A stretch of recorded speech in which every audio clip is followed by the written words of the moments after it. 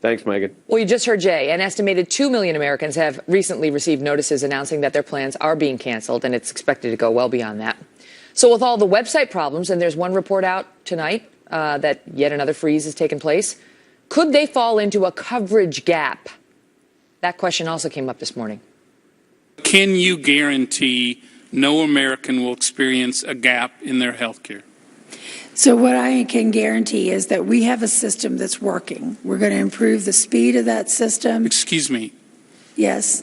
You're saying the system right now is working? I'm saying it's working. It's just not working at the speed that we want and at the success rate that we want. And those are the things we're working on.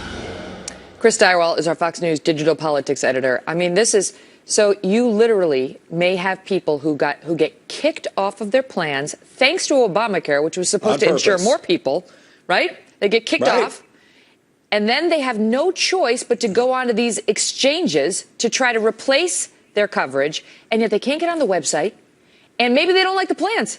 I don't know. And then what happens on January 1st? We had to destroy your health coverage in order to save it. And this is the bizarre reality, the through the looking glass moment for America right now. We find out even as we speak, the website's down. It's crashed again.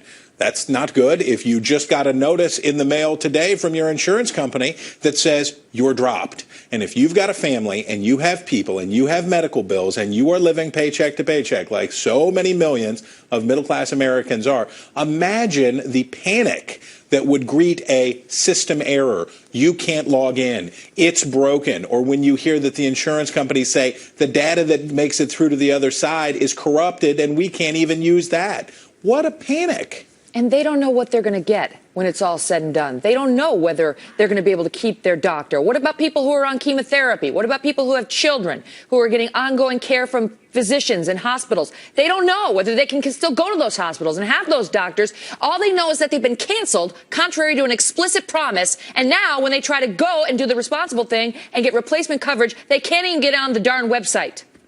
Well, how about this? We don't even know about the millions of Americans who are losing or having changed coverage through their employers because that doesn't come out in the mass numbers like these droppings do. So guess what? How many more people are going to be there shaking at the gates of this website, of this portal? Please let me in. I need coverage. This must have sounded an awful lot better when Democrats were doing this back in 2009. We're going to blow up the system, push people into the new Obamacare experience. I bet they didn't imagine that Kathleen Sebelius would have to be talking about what she's going to be talking about tomorrow. And their answer is, well, that when they get on the exchange, they're going to get better coverage, and a lot of them are going to get subsidies. So you're telling me people who were paying on their own, they were working hard, they were doing the responsible thing, they were covering themselves, they were paying on their own, get those policies canceled. They get a bunch of benefits they didn't want and in many cases didn't need. And now the federal taxpayers need to subsidize their plan that they were paying for on their own happily before. Quick last word. That's the reality. And guess what? Kathleen Sebelius tomorrow is going to do everything she can not to answer that question. We will have full coverage of her testimony this time tomorrow. We hope you'll join us. Chris, thank you. You bet. So, are insurance companies the villain? And if they are the villain, should the administration have foreseen that they would act as insurance companies do? And what's next for the folks who are kicked off of their plans? That's just ahead. Plus, when did the president know that the promise he made millions of Americans over and over and over again was not true? Former White House Chief of Staff Andy Card. Next. Ladies and gentlemen, the President of the United States of America, Barack Obama.